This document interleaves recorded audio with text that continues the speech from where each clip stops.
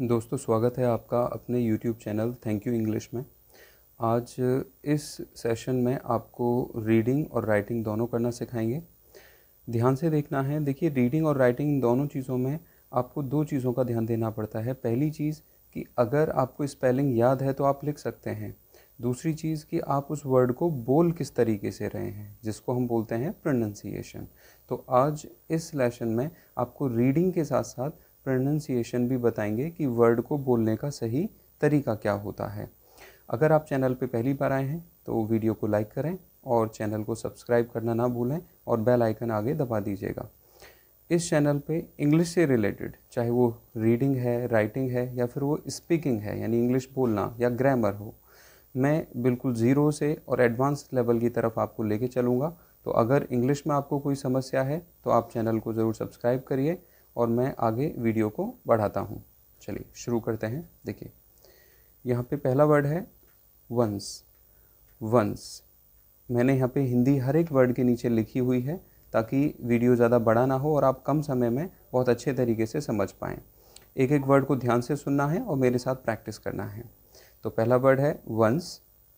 There, was. यहाँ ध्यान देना है, ये W से जितने भी वर्ड शुरू होते हैं इनका साउंड वा से होता है।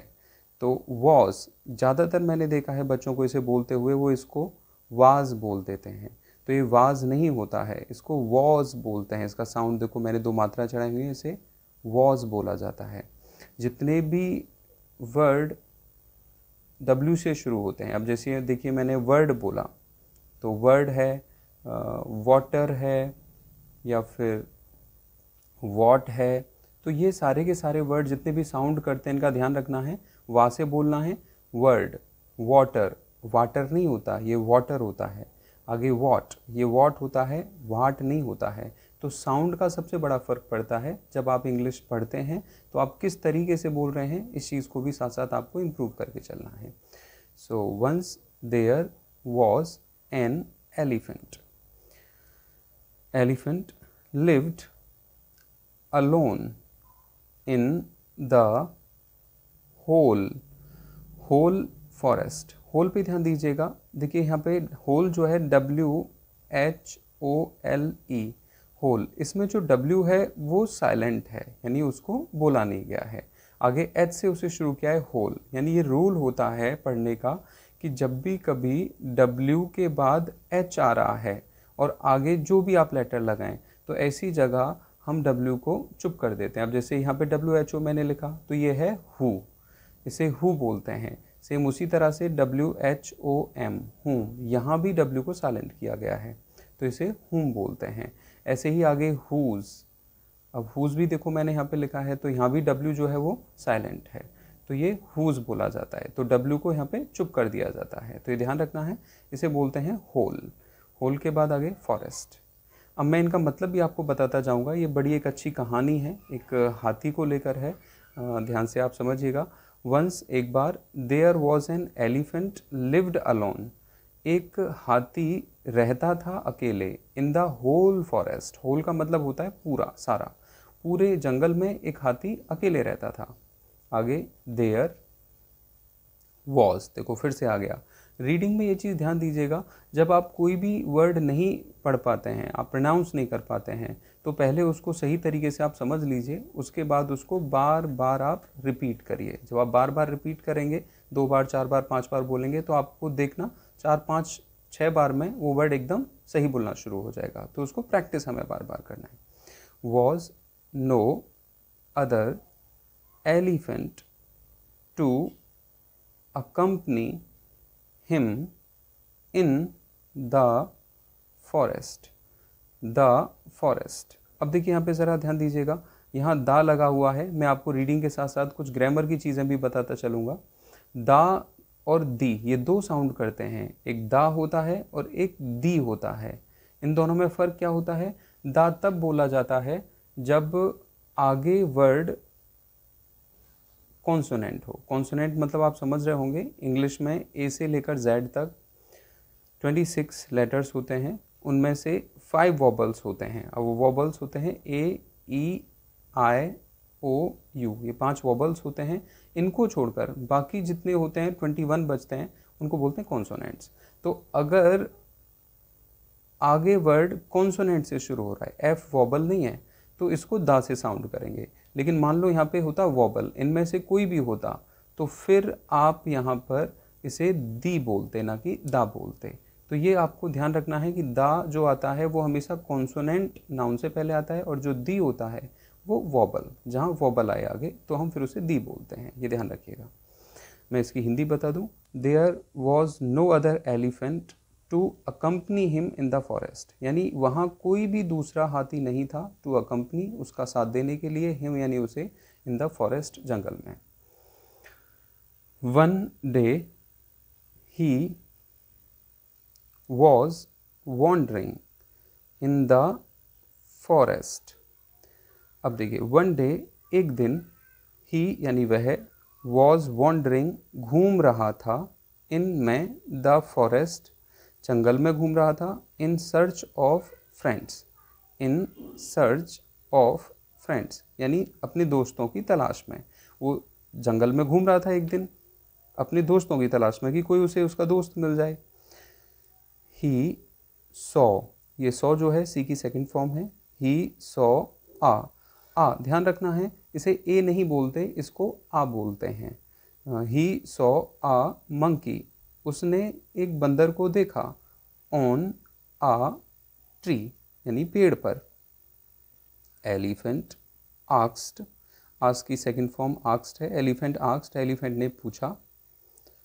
विल यू बी माय, ये माय होता है, माई नहीं होता। Will you be my friend, यानी क्या तुम मेरे दोस्त बनोगे, हाथी ने बंदर से पूछा। यू आर टू बिग, यानी तुम बहुत बड़े हो। You can not swing on the trees, इसका मतलब यू कैन नॉट स्विंग, आप तो झूल ही नहीं सकते, ऑन द ट्रीज पेड़ों पर। ये ट्रीज होता है, ट्रीज नहीं बोलना है इसको, जा का साउंड देते हैं इसे, ट्रीज। लाइक मी यानी मेरी तरह, आप तो मेरी तरह पेड़ों पर बिल्कुल भी जंप ही नहीं कर सकते इधर से उधर, आप तो झूल ही नहीं सकते हैं। रिप्लाइड, रिप्लाइड द मंकी, यानी मंकी ने जवाब दिया। आफ्टर वॉकिंग, वॉकिंग ये ध्यान रखिएगा, ये इंग्लिश में कुछ वर्ड होते हैं जैसे कि WAL के वॉक, TAL के टॉक। यहाँ पे क्या होता है कि जो L है ये साइलेंट होता है, ये रूल होता है, अगर L के बाद आता है, L के बाद K आता है, तो वहाँ L को साइलेंट कर दिया जाता है, तो इसे वॉक बोलते हैं, ना कि वॉल्क बोलते हैं। तो ऐसे ये टॉक है, ना कि टाल्क है, ये ध्यान दीजिएगा। So after walking some distance, यानी कुछ दूर चलने के बाद, एलिफेंट मैट, मैट जो है वो मीट की सेकंड फॉर्म है, मीट मिलना होता है। एलिफेंट मैट आ रैबिट, यानी जो एलिफेंट था वो एक खरगोश से मिला।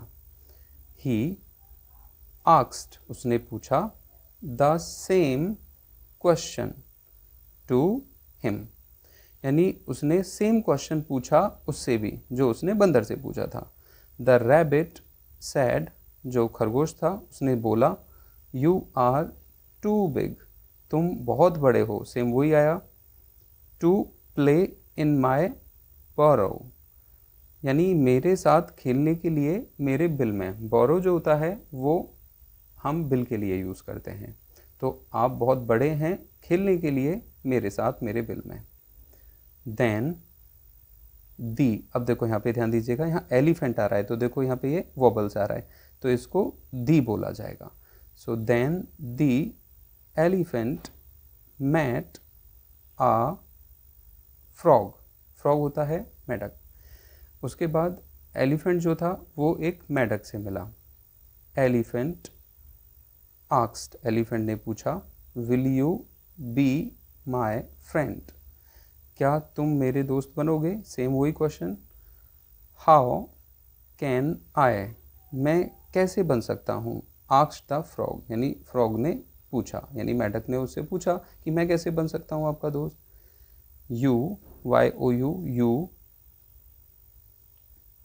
आर टू बिग, आप बहुत बड़े हैं।